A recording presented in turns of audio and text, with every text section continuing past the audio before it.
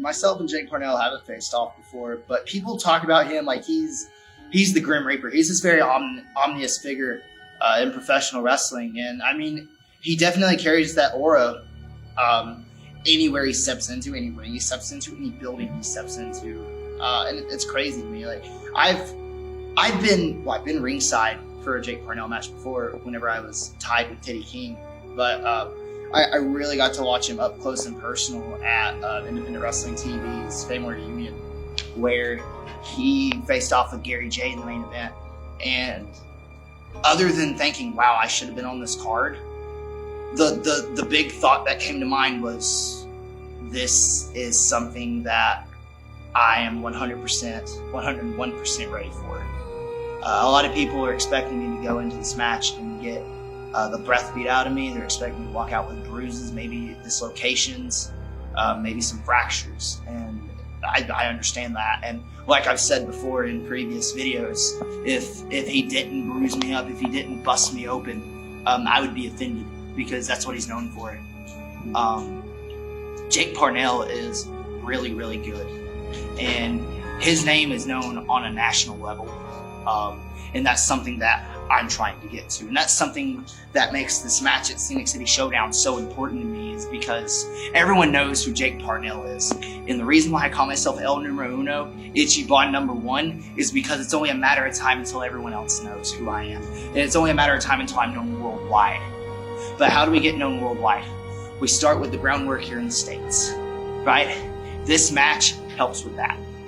This match is probably one of the most important ones in my life, in my career, for the simple fact that people want me to tell. I wasn't supposed to ever be on a Scenic City event. A lot of the local vets and a lot of the local fans never would have thought I would be on a Scenic City event. And it's honestly a good feeling to prove them wrong, but it's also a great feeling to prove the people that have supported me since day one right. That's kind of the crazy part about this. It's like a double-edged sword.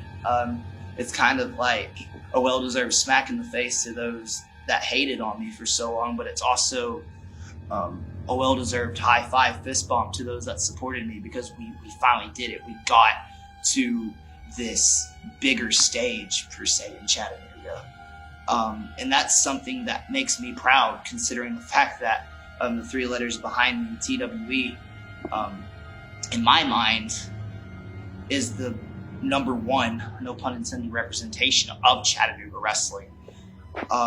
Calling myself the uncrowned king of the Scenic City isn't something that I necessarily play about. I don't necessarily need a crown. I don't need an elegant cape. I don't need a scepter to prove that I'm doing things for this city. I don't.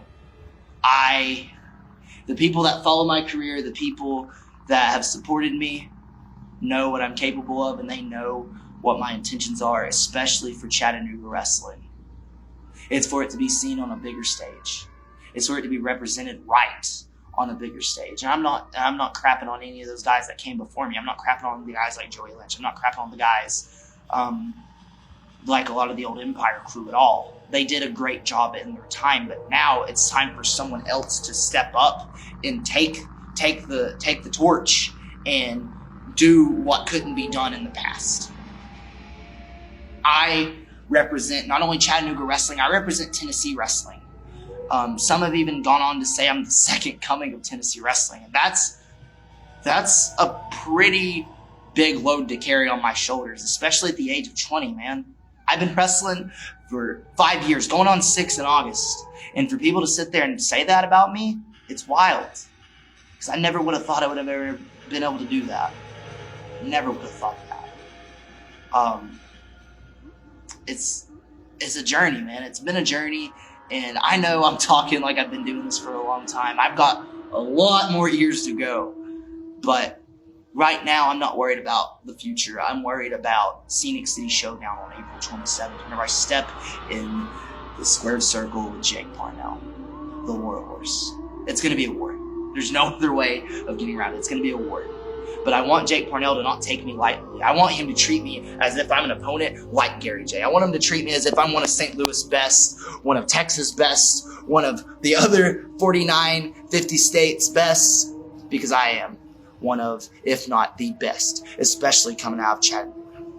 Like I said, I wasn't ever supposed to be a person to be in the Invitational. I wasn't ever supposed to be on a Scenic City event. Actually, for the longest time, former management had even said, I didn't have it. I didn't have the one thing that made me stand out. I wasn't a standout guy. And that really lit a fire under me. That's honestly probably a big part of why I became number one. Because I had to prove it to myself. You see, Muhammad Ali called himself the greatest of all time before he ever was. So I had the same mentality. I had the same mindset that if I called myself number one, even though they didn't believe it, I believed it. And then later on, about 2 years later, it started catching fire. People were throwing up ones. People were chanting one. People were actually understanding what I was doing. But it's still one of those things that Scenic City management, some of them kind of believe it now. But they don't think I'm still ready for the Invitational. And the question is why? I've wrestled a lot of alumni that's gone into the Invitational. I've stepped in the ring with some of the best, believe it or not. I've stepped in the ring with guys like Fred Yehai. I've stepped in the ring with guys like Anthony Henry. I've stepped in the ring with guys such as Ray Fury. I've stepped in the ring with guys that are at the top of their game. And honestly, I feel like I'm an equal to them as well now. And although I'm a young man, even though I'm young in the sport of professional wrestling, I do have a bit of knowledge and I've gained a lot of experience over the years. I think I know what I'm doing now and I think I'm ready, but a lot of them don't think I am. And that's fine. Dylan even made it remotely apparent in the video of me and him. And I know what you're thinking. Yeah, a camera sitting there filming Dylan. It looked like something that was used just to promote Scenic City. Every single bit of what we said to each other was real. All right? Every single bit of it. He said, what if I'm not that good? Which shows to me that he has doubt. That honestly, he was one of the people that did doubt me. I proved him wrong a little bit within the past year. After I showed that I care about this, after I showed that I'm willing to do a drive to however far just to set up a ring and not even get told, hey, thank you. Not even get told, hey, go get your gear on and you have a spot. That doesn't matter to me. What matters is leaving behind a good impression of who Jaden Newman is. All right? It goes further than what I do in this ring. What I do in this ring is my art. I am an artist. And whenever I get in here and I start painting on this canvas, whether it be by throwing elbows, whether it be by putting a hold on someone, whether it be throwing up this one finger that somehow gets everyone in the room to throw it up as well and to feel that energy, it doesn't matter. Because Dylan, he only believes a little bit of the hype. Right now, we're doing this thing, in Southern Underground Pro and even at these other promotions, it's kind of like a Jaden Newman Proving Ground special where I'm having all these matches with all these different people and they're really, really good. They're honestly top level competitors and I'm stepping in the ring with them and I'm holding my own. I'm proving I can hack it. Something that so many people didn't think I could do. That's frustrating to me. That's why Scenic City Showdown means the world to me, because it's not just one of those things where I can mark it off my list and I'm content with saying that I was in the tournament or I was on a Scenic City event. That's not the case. I'm wanting to be in the Scenic City Invitational because it's my time and I deserve it. And I deserve to be the one that is showcased as Chattanooga Wrestling. Because in my mind, and a bunch of other people's mind, I am the face of Chattanooga wrestling. Believe it or not. And I don't have to throw this up to do it, and I don't have to throw this up to do it. I'm just saying, man, I love my city. I love my city so much. I don't care if I'm wrestling in an arena full of 5 people, 10 people, 15 people, 500 people. I'm going to give my best performance. I'm going to give the number one performance, the number one experience that people pay to see, whether it be $8, $10, $15, $20, $35 for a front row ticket. It doesn't matter because all that matters to me is that these people that pay to see me perform, or maybe even don't pay to see me perform, maybe they pay to see me get beat up. Maybe they pay to see me hopefully get put out of professional wrestling.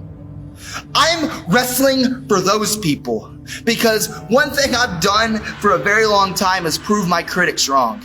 Honestly, that's probably the biggest motivator for me. It really is.